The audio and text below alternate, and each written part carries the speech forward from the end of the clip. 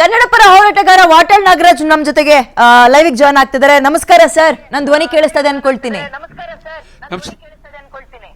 ಕೇಳ್ತಾ ಇದೆ, ಜೋರಾಗಿ ಕೇಳ್ತಾ ಇದೆ. ಸರಿ ಸರ್, ನನ್ನ ಧ್ವನಿ ಜೋರಾಗಿ ಕೇಳಿಸ್ತಾ ಇದೆ, ಬಟ್ ಅಷ್ಟೇ ಜೋರಾಗಿ ರೈತರು ಅಳಲು ಕೇಳಿಸ್ತಾ ಇದೆಯಲ್ಲ ನಿಮ್ಗೆ. ಬೆಂಗಳೂರು ಕತೆ ಹೆಂಗೆ, ಹಿಂಗ್ ನೀರ್ ಕೇಳ್ದಂಗ್ ಬಿಟ್ಬಿಟ್ರೆ? ಅಯ್ಯಯ್ಯೋ, ಯಾರು ಬಿಡ್ತಾರೆ, ಎಲ್ಲಿ ಬಿಡ್ತಾರೆ? ನಾವಿದ್ದೀವಲ್ಲ, ಬಿಡಕ್ ಸಾಧ್ಯನೇ ಇಲ್ಲ.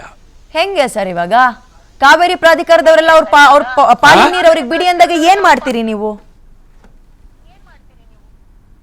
ಕಾವೇರಿ ನಿರ್ವಹಣಾ ಸಮಿತಿಯವರು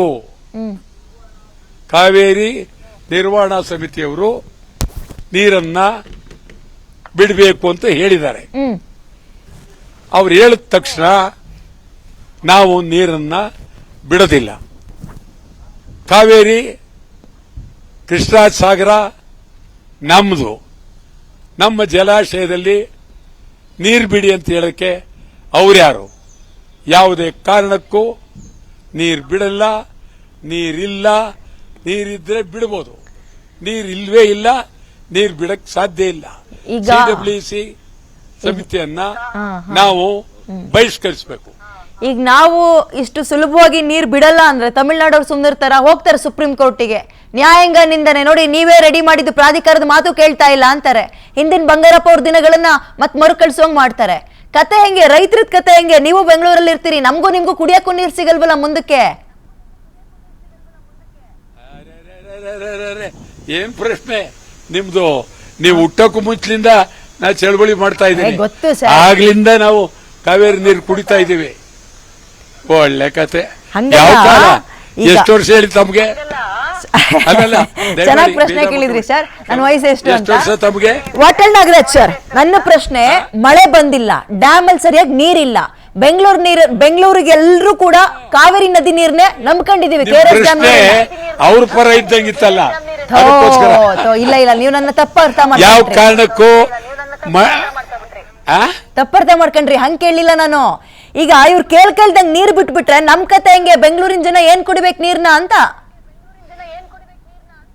ಹೌದು, ಖಂಡಿತವಾಗಿ ನಾವು ನೀರು ಬಿಡೋದಕ್ಕೆ ಒಪ್ಪೋದಿಲ್ಲ. ಗಲಾಟೆ ಮಾಡ್ತೀವಿ, ತೀವ್ರ ಹೋರಾಟ ಮಾಡ್ತೀವಿ. ನಾಳೆ ಸಭೆ ಸೇರ್ತೀವಿ. ಎಲ್ಲ ಕನ್ನಡ ಸಂಘಟನೆಗಳು ಇಡೀ ರಾಜ್ಯಾದ್ಯಂತ ಹೋರಾಟ ಮಾಡ್ತೇವೆ.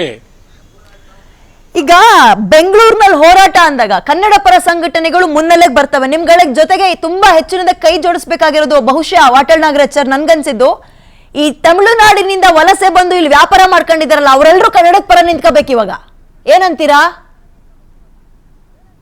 ಇಲ್ಲ, ನಿಲ್ಲೇಬೇಕು. ಇಲ್ಲಿ ತಮಿಳರಾಗ್ಲಿ, ತೆಲುಗರಾಗ್ಲಿ, ಮಲಯಾಳಿಗಳಾಗ್ಲಿ, ಯಾರೇ ಆದ್ರೂ ಕರ್ನಾಟಕದಲ್ಲಿರೋರು ಸಂಪೂರ್ಣ ಈ ರಾಜ್ಯಕ್ಕೆ ಬೆಂಬಲ ಕೊಡಬೇಕು, ನಮಗೆ ಬೆಂಬಲ ಕೊಡಬೇಕು. CWC ವಿರುದ್ಧ ಹೋರಾಟ ಮಾಡಲೇಬೇಕು. ಈಗ ಅವ್ರು ಕೇಳಿದ್ರು ಅಂತ ಇವ್ರು ನೀರ್ ಬಿಟ್ರೆ ಕನ್ನಡ ಪರ ಸಂಘಟನೆಗಳಾಗಿ ನಿಮ್ಮ ನೆಕ್ಸ್ಟ್ ಮೂವ್ ಏನಿರುತ್ತೆ ಸರ್? ಬಂದ್ ಮಾಡ್ತೀರಾ? ಅದೇ ನಾಳೆ 11 ಗಂಟೆ ಮೀಟಿಂಗ್ ಸೇರಿದ್ವಿ. ನಾವೆಲ್ಲ ಮುಂದಿನ ದಿನಗಳಲ್ಲಿ ಜೈಲ್ಗೆ ಹೋಗಕ್ಕೂ ತಯಾರು. ಈ ರಾಜ್ಯದ ಹಿತಕ್ಕಾಗಿ, ರಾಜ್ಯದ ಜನರ ಪರವಾಗಿ ಜೈಲ್ಗೆ ಹೋಗಕ್ಕೂ ಸಿದ್ಧ. ತೀವ್ರವಾಗಿ ಹೋರಾಟ ಮಾಡ್ತೀವಿ. ನಿಮ್ಮ ಹೋರಾಟಗಳ ನೋಡಕ್ ಚಂದ, ಒಂಥರ ಅರ್ಥಪೂರ್ಣವಾಗಿರುತ್ತೆ, ಬಹಳ ವಿಭಿನ್ನವಾಗಿರುತ್ತೆ. ಈ ಸಲ ಏನ್ ನಿರೀಕ್ಷೆ ಮಾಡ್ಬೋದು ನಾವು? ಹೇಗ್ ನಿರೀಕ್ಷೆ ಮಾಡ್ಬೋದು?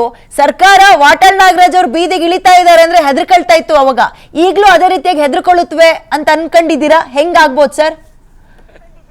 ಇಲ್ಲ, ಮಾಡೋಣ ಮುಂದಿನ ದಿನಗಳಲ್ಲಿ. ನಾಳೆ ತಾವು ಬನ್ನಿ, ವುಡ್ಲ್ಯಾಂಡ್ಸ್ ಹೋಟೆಲ್ ಸಭೆ ಇದೆ. ಅದಾದ ಮೇಲೆ ವಿಭಿನ್ನವಾದಂತ ಚಳುವಳಿಗಳನ್ನ ಮಾಡ್ತೀವಿ. ನೀವು ನೋಡಿ, ಈ ರಾಜ್ಯಕ್ಕಾಗಿ ಅದ್ಭುತವಾದ ಚಳುವಳಿ ಮಾಡ್ತೀವಿ. ಬಂದೇನಾದ್ರೂ ಪ್ಲಾನ್ ಮಾಡ್ಕೊಂಡಿದ್ದೀರಾ ಸರ್? ಈ ಸ್ಟ್ರೈಕ್ ಗೀಕ್ ಏನಾದ್ರೂ ಮಾಡ್ತೀರಾ ಅಂತ? ಬಂದು ಸರ್ ನಾಳೆ ತೀರ್ಮಾನ, ಹಾ ಹಾ ಹಾ ಹಾ ನಾಳೆ. ಈಗ ಕಾವೇರಿ ಅಂತ ಬರ್ತಿದ್ದಂಗೆ ಕನ್ನಡ ಪರ ಸಂಘಟನೆಯವರು ನೀವೆಲ್ಲರೂ ಒಟ್ಟಾಗ್ಬಿಡ್ತೀರಿ, ಹಂಗೆ ರಾಜಕಾರಣಿಗಳಿಗೂ ಒಂದು ಬುದ್ಧಿ ಮಾತು ಹೇಳ್ಬೇಕಲ್ಲ, ನೀವು ಒಗ್ಗಟ್ಟಾಗ್ರಪ್ಪ ನಮ್ ತರಕ್ಕೆ ಅಂತ, ಆಮೇಲೆ ಪಾರ್ಟಿ ನೋಡ್ಕೊಳ್ಳಿ ಅಂತ.